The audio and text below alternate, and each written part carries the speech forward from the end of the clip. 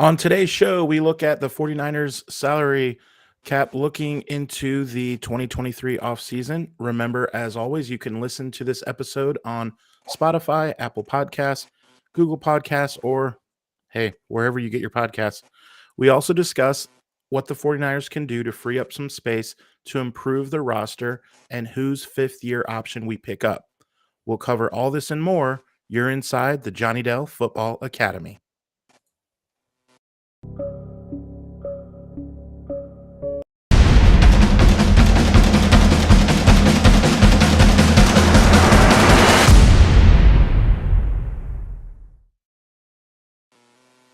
Hello, Niner faithful, and welcome to the Johnny Dale Football Academy on the channel that's trying to answer the whys and hows of the game.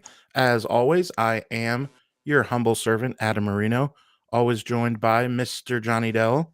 And today, very excited from 49erscap.com, Jason Hurley. Thanks for joining us. What's up, boys? Oh man, Going having a great on, time. Adam?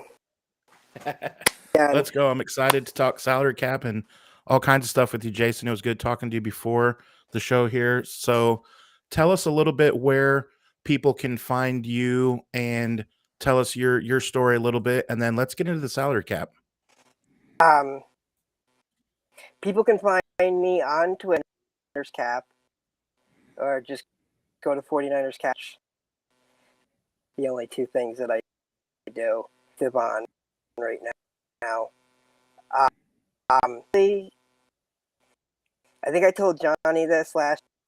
I started off in high school doing a notepad, right, and I just hid it away because I thought it was nerdy. I didn't want to be one of those.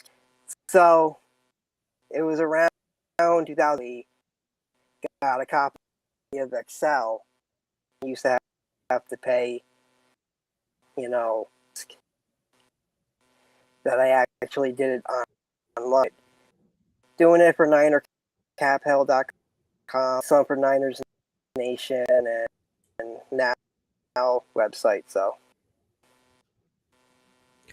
Yeah, Niners Cap Hell. I think we talked about the first time you were on the show that you started that up around the time, and wasn't it because of the cap hell that we were in the early 2000s of how bad of a salary cap situation that the team was in, and people who are around are fans, sometimes we may remember. I think a lot of times, sometimes we do forget, but I know some fans almost have like cap PTSD from the early 2000s because we had what would be in today's salary cap something like $65 million in cap penalties. It was over almost a third of the salary cap that we had in cap penalties in the early 2000s, and how much that hamstrung the team. I can see why that you would get so much into the ins and outs of it. And what I've always been really impressed with everything that you have is that you always keep it up to date down to like the penny of what we have in cap space. And I know if I ever have any questions about what exactly our cap situation is, I can run straight to your website and see exactly where we're at. And you update it each week, correct? Yeah, I update the website. It's each week or every day, whenever. And I'm trying to post, trying to post something every day, but post a couple times a week about the cap. But I update everything when they date everything like that day. But it has to be done right away. Right. So, we've got some questions. I know Adam's going to jump into them. I have one quick question that I forgot to throw into the notes that I really am curious about, and I forget, what was our cap rollover from last year? Because I know some of the things, especially with the way that the season ended, I was a little fuzzy on exactly what Jimmy Garoppolo's end of year bonuses and incentives were going to pay out to be. So, what did we end up rolling over from last year? Numbers have about 5.2 million, to be exact. official number in March, or maybe it's got to be by March 15th. But yeah, we carried 2 million. Okay, so 5.2 million we carried over. So then I guess my next question off of that. So what our salary cap reflects as of right now, does that include the rollover, or does it not, or not? It includes rollover, includes my projected adjustments, I call them credits, which I have at like. So we lost you on the credits. It includes the rollover and what? Over and credits. Okay. Like each team gets a certain amount of adjusted amount of money or positive. Most. Okay. So I have a 1.87 million right now, and gotcha. That's all included with everything. Okay, so 9.182 million is what we're at. Yeah, that's where I have us right now. All right. Okay. So where does that rank? Where do the 49ers rank and league wide? Can you, because a lot of us don't, that's just a number and we're like, well, is that good or bad? Is that where we should be? So can you explain a little bit for us who don't know, where does that rank with the rest of the league, and where do we sit? Can you tell us about that? Okay. It's gonna sound bad, but it's also bad, but it's not bad. It's not as bad as it sounds.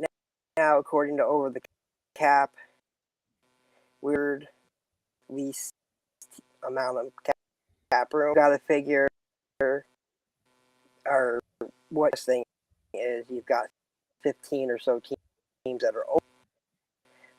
So, pretty much in the middle of where, if you would say. But so we're around, so we're around 11th in the league in salary cap. Yeah. I mean, which you look at $9.1 million, $18 million, and you say, okay, that's not a lot of room to do some stuff, especially when you have all of the free agents that we have coming up. But then you start looking league wide that there's still the ripple effects from COVID, and we were talking about this a little bit before the show started, that the COVID year was such a hit on the cap, and then the NFL agreed to spread those losses out over 3 years, that you're seeing this still the after effects of so many teams being blindsided by such a reduced cap number that they had to do so much to kick the cap down the road, kind of to kicking that those cost cans down the road.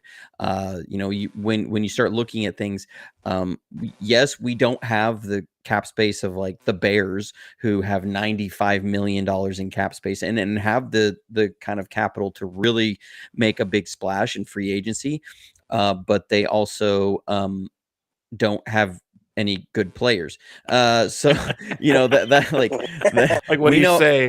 But the Bears are the Bears. Yeah, the Bears. We thought they were. The Bears. Yeah.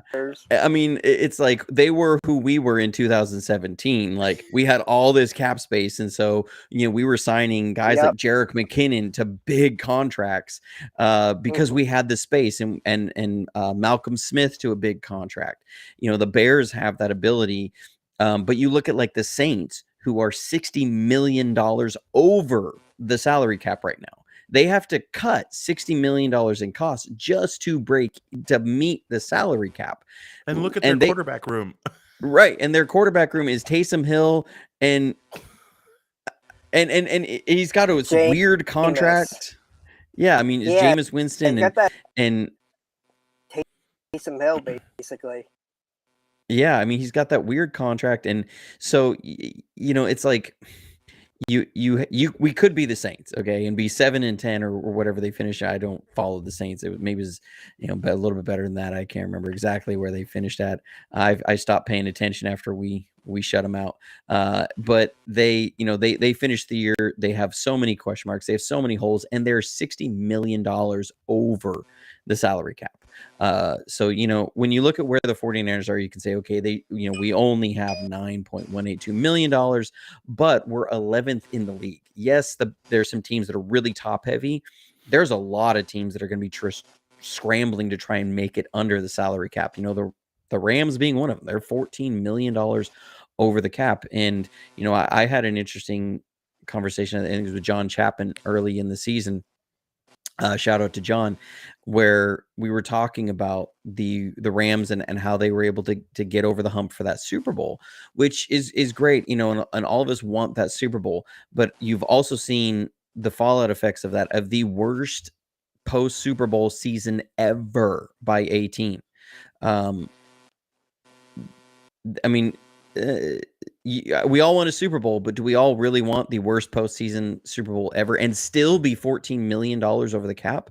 They had to watch 8 free agents leave the team last year. That's one reason why they're in this situation, why they finished where they did. And saying, F all them picks for all those first round picks for so many years, that they're in a bad cap situation. They were turned out to be a really bad team, and they don't have an avenue to get back to being competitive. It's not a clear avenue. So, we can say what we will about, getting it for that one chip, but they really pushed it to the extreme limit of what they could do to chasing that Super Bowl. And, I would like to see the 49ers win multiple Super Bowls over the next, before the end of the decade. And I don't think the way that Rams have shown to do that has proven to not be sustainable. You want to be the Patriots from 2001 to 2019, as opposed to being the Rams of today. That's how I feel about it. But anyways, that's my little rant on the cap. Here ends the sermon from no, and I mean, no one detects any lies in what you said. Let's talk a little bit about some of the players. Brandon Aiyuk and Javon Kinlaw are the guys that everyone is going to be talking about. Everyone wants to know, what do you see, Jason, for those two guys and our team? Okay, with I am 100% certain the 5th-year option. It's, I believe, 14.1, if I'm not mistaken. Guaranteed. Javon Kinlaw, really doubt they picked it up at $10.45 million. That's a lot of money for a guy that played like 16 games in his career. That's just, I don't, them picking it up, unless he has some dramatic workout, during OTA mini camp or when down there in Santa Clara. So what is the cutoff date for when they have to choose to pick up the 5th-year options for those guys? I believe it's the Monday after the draft. It's either May 1st or May 2nd. Okay, so it's coming up pretty quick. They've got to make that choice. Yeah. And so if I was reading it correctly, because I looked at when they released those numbers of what the different first round 5th-year options were going to be, as far as the scaled earnings, that Javon Kinlaw's was what it was, because he hasn't played a certain percentage of snaps, right? And he hasn't made a Pro Bowl, and he hasn't made all that stuff. They have different scalings for if you make 2 Pro Bowls, you make 1 Pro Bowl, if you just play and meet the snap criteria, and then if you have played fewer than that, that Javon Kinlaw is at the bottom end of those 5th-year options, correct? Aiyuk, he's in the playtime. Craig Kinlaw is in that or I just qualified because I'm a first round. Basically, Yeah. because he was a first round pick, so that's he would get, but we'll see him get it. So, and I think that's a tough choice that they're going to have with Kinlaw because, if he turns out to be the player that they think he was going to be, and where anywhere close to what his draft slot was, $10 million a year is a steal, right? That's right. That's really low for a game-changing defensive tackle. The problem is that he's shown flashes of that, but as you said, he's only played in 16 games in 3 years. Those aren't good numbers, that. Yeah, I saw that too. I was like, ouch. Yeah, like I mean that's a lot of missed games, and so what do you do with that if you're the 49ers? Do you because when they pick that option up, right, that's fully guaranteed. There's no we can pick it up, and then if we decide afterwards that we can walk away or do anything, like they're fully committed on $10 million to him, and like you say, I have a hard time seeing how they justify that. That as far as a player on the field, he has not been able to prove to be there. Now, Brandon Aiyuk is another one that I find interesting. I feel like that they're definitely going to be picking up his fifth year option. I have a hard time not seeing that. The only way I don't see them pick that up is if they do not plan on keeping him past his first contract, because I feel like $14 million a year, and you would know this a little bit better about the market value. That feels about right for Brandon Aiyuk's market value. I think Brandon Aiyuk is a very good player. I think he's a very, very good player, but he's not going to command that top end of the market money. But he's definitely not going to come cheap. Come cheap, definitely not. We saw what Debo got with 5, and we've seen what McLaurin got. Aiyuk's gonna get that. Do you think he's gonna get at least 15 to 20? He may figure Mike Williams and I forget Chris Godwin. I think they both make 20. So if Aiyuk has another year, yeah, I can see where he's that. Yeah, I think tier, but like second top tier. Right. I think those comps are really good. You're talking Chris Godwin or Mike Williams as far as production on the field, and everything, that they're not the guy on their team. Debo obviously making the All Pro and everything that he brings to the team, but it's also a guy that is very productive, and I think Brandon Aiyuk himself is going to want to be paid well, because we're also a team that doesn't throw the ball as much as many other teams. That's a general Shanahan thing. You look at most of Shanahan's offenses in his day, going all the way back to his dad's, they always rank, when they're winning, rank in the bottom third of the league in passing attempts. That goes all the way back to Steve Young and John Elway. They were ranked in the bottom third of the league in passing attempts. Matt Ryan's MVP year, the Falcons were ranked 26th in pass attempts. So we're not a team that throws the ball a lot. We're not a bulk passing attempts team. And so, with a guy like Brandon Aiyuk, I think he's going to want to be paid higher than what the numbers generally reflect because of the production per drop back kind of a thing.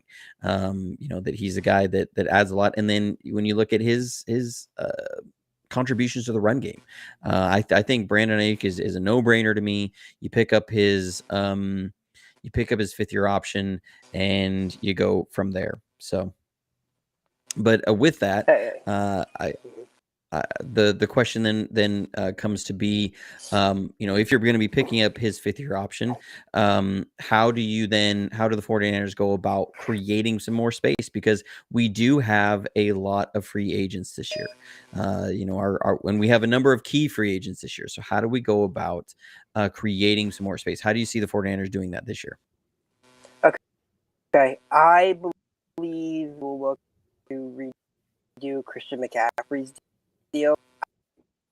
He's due $12 million, $11.8 million base salary, and a workout bonus. And 8.576 tack on some voidable years. It's a normal thing that the NFL is kind of with era.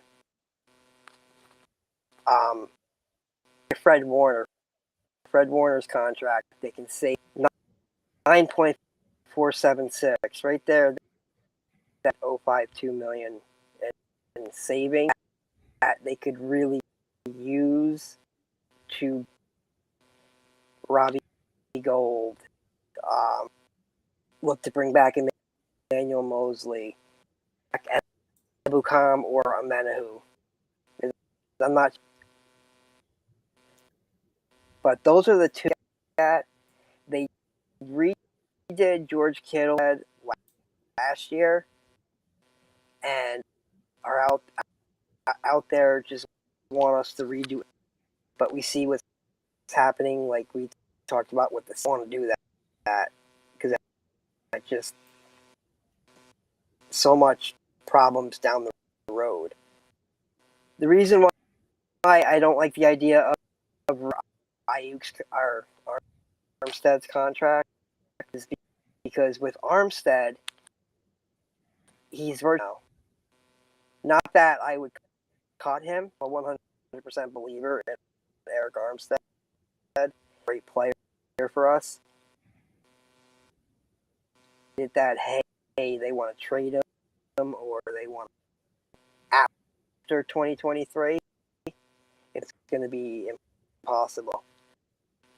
Yeah, I think when and when you're also looking at that, like we said, the issues with Kinlaw, you move on from Armstead. Who are you banking on being in that position? We don't have a first round pick this year to add a blue chip defensive tackle player. We don't have the cap space to go out there and sign a blue chip defensive tackle player.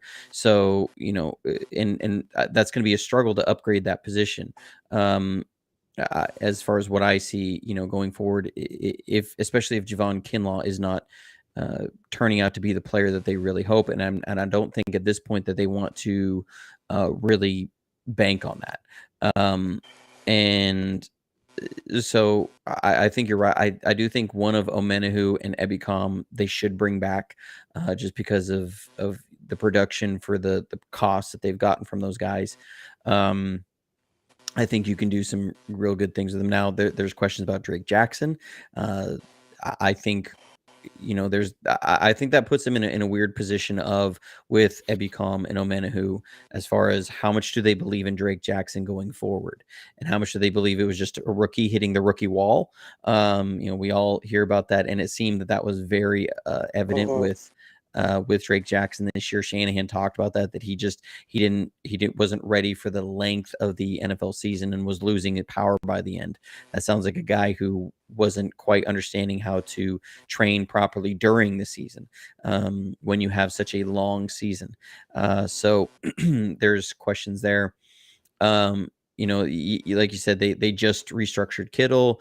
They restructured Trent Williams last year. That's interesting you say Christian McCaffrey. I wonder if, with the way that Shanahan kind of used the ability for running backs to have longevity in the league, and how we see drop-offs in production in their later years, if they really would extend and add void years, or if they would want to have an out with him in maybe 2 years, in 3 years. I just wonder. I'm not saying they should or that he will have that. And not saying that he is this player, but Adam and I talked about this in the playoffs, that you almost were shocked when you realized that Ezekiel Elliott's 27 years old, and that he looks like a shell of who he was when he came into the league. Christian McCaffrey's 26. And so, he's only a year younger than Ezekiel Elliott, and Ezekiel Elliott has fallen off a cliff. I'm not saying that's going to happen with Christian McCaffrey. I think Christian McCaffrey is a special talent.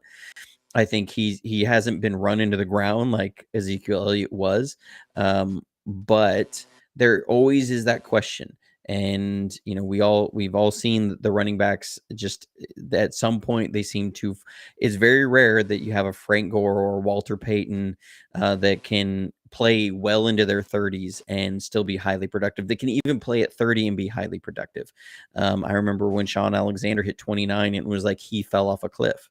And he was one of the best running backs of the 2000s.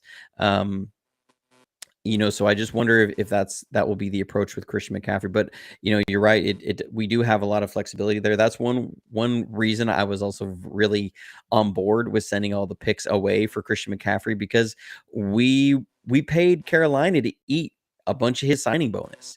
So we got him as far as league wide, and when you look at the value of his contract, we actually got a pretty good value with Christian McCaffrey by getting, because he just had signed an extension with Carolina, and they were eating something like $7 million a year in signing bonus. So it was like $21 million in bonus and dead cap that they were eating by sending us Christian McCaffrey. So when you look at all the picks we gave it from McCaffrey, and then what he's brought to the team, and that we got another team to foot 21 million to that bill, man, I love that trade. I think that was an absolutely wonderful trade.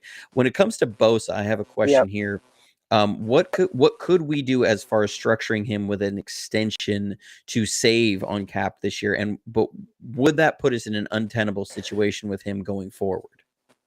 And remember, he did say that he doesn't need to be the highest paid player. They asked him, and he just seems like more of a chill kind of character, that like he wants what he's worth, but he's not one of these divas saying, well, I think it's fair for me to be, which it is fair for him to ask it, but it seems like he may give a hometown discount. So what do you think? Yeah, I think that said that he doesn't care if he or about hurting basically the first non-quarterback. I think it'll happen. Pay him between 33 and 35 million. There's a bump in percentage from like you had Joey and then Myles Garrett and then Aaron Donald. And while Donald's not an edge rusher, he's not the prototypical edge rusher. He doesn't come from the outside, basically. He comes. So Bosa is probably the defensive end position. So even though their positions, two different players, his agent is going to strike Nick to be the highest paid. Plus, he was also Joey too. So they have this. As for creating cap room, he's set to make 17.8 right now, and a pretty good amount. And I look at it and I say it all the time. You cap wise, contract cash wise. Cash is what. So you were cutting out. You were cutting out there again. Try that. Try that one more time. You were cutting out again. Okay. What I was saying, and room, you basically you're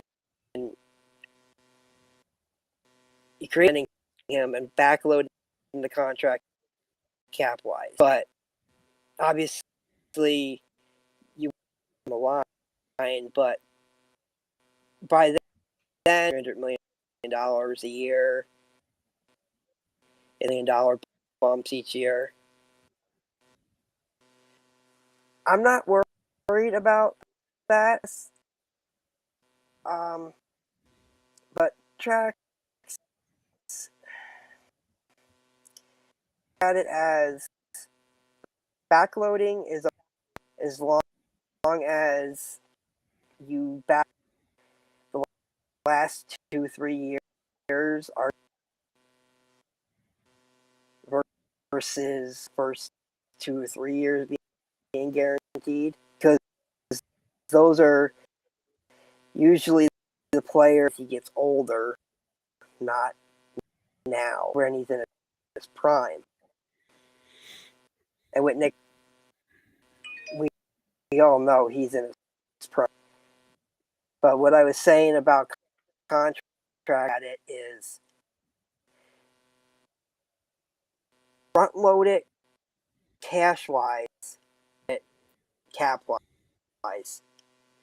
So like back of the years is high, but easy out in case the play, or you can extend the player if he's outplayed his contract. With you're going to give him a huge signing bonus, like 35 million, maybe 40 million. What they want to save cap wise this year with Nick Bosa, but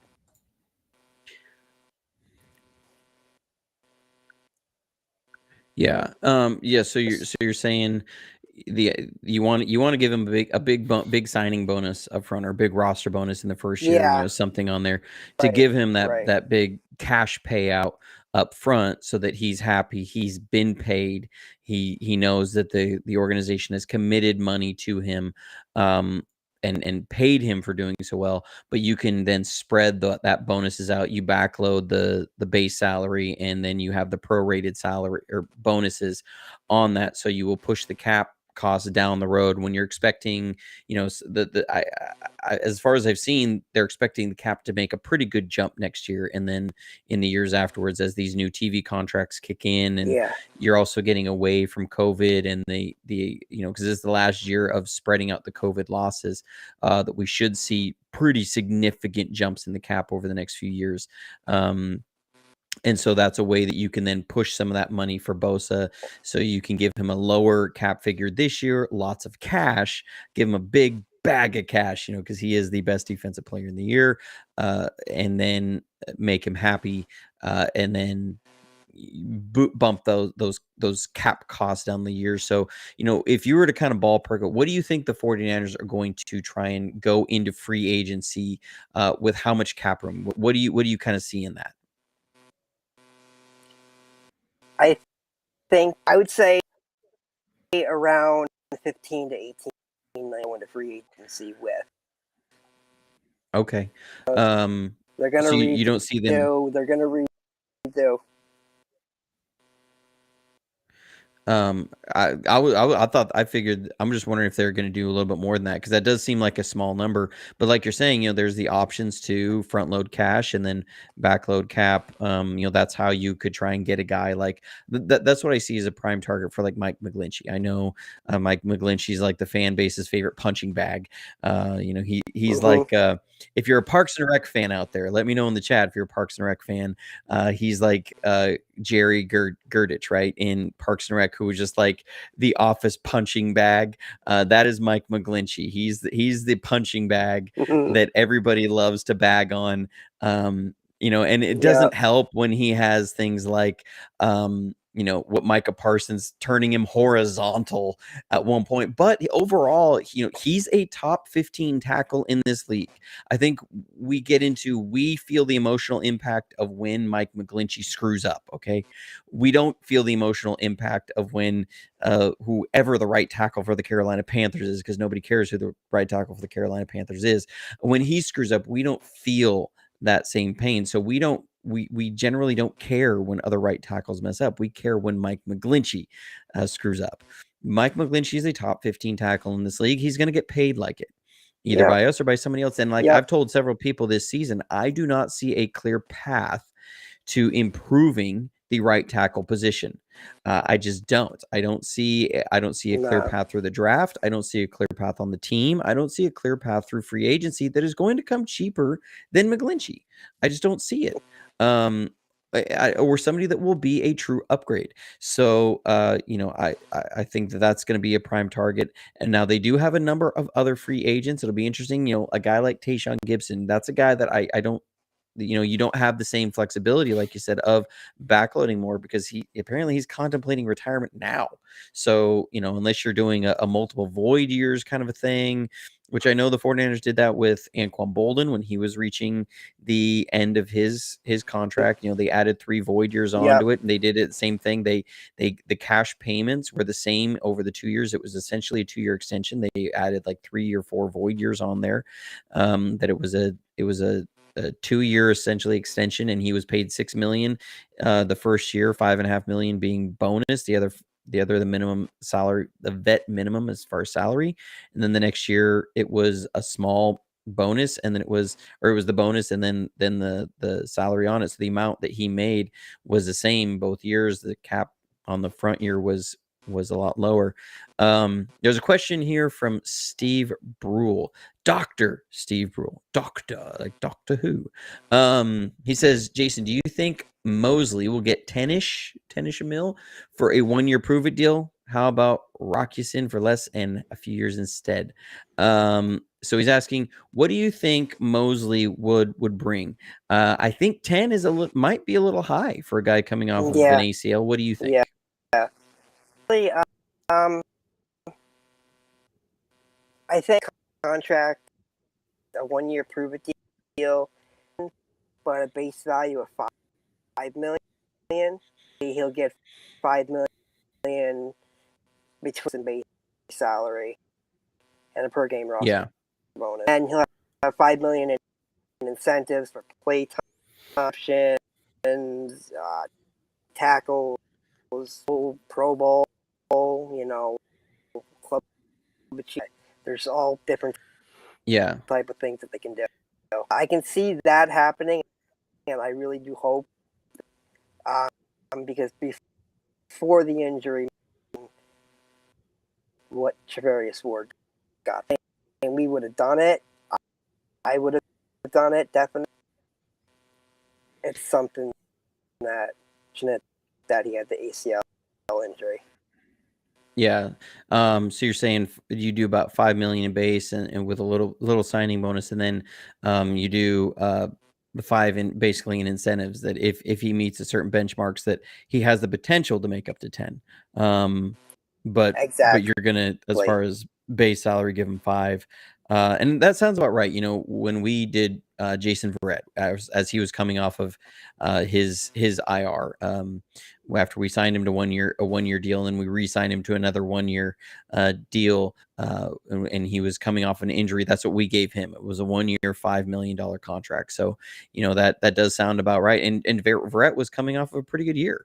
As he was before he got hurt again. So that sounds right to me. So I'll turn it over to you, Adam. Any last questions or parting words for us, as we kind of start putting a bow on this episode? So big thank you to Jason Hurley. Remember, you can go to 49erscap.com. Follow him on Twitter as well. He is on top of his stuff, and we really appreciate the work that you put in, because there's so many questions throughout the season, throughout the off season. There's so many questions. When you're a true Niner fan, you want to know the ins and outs, right? And you want to know the whys and hows, which is where we come in. And so big thank you to Jason. We look forward to having you again, if you would grace us with your presence. So thank you, Jason. Remember, guys, thank you for the support. As always, you can follow us on YouTube, on Facebook, on Instagram as Johnny Dale's Football Academy. Remember also to like and subscribe, so that when we go live, when we bring in these great guests, that you guys are the first to know. Be sure to tell your friends and family, your auntie and your cousin about all of us. Again, for Johnny Dell, I am Adam Marino. Jason, big thank you. Please come on the show again. Will you please? Yeah, thank you guys so much. Awesome. So thanks for joining us. Take care of each other. And as always, go Niners.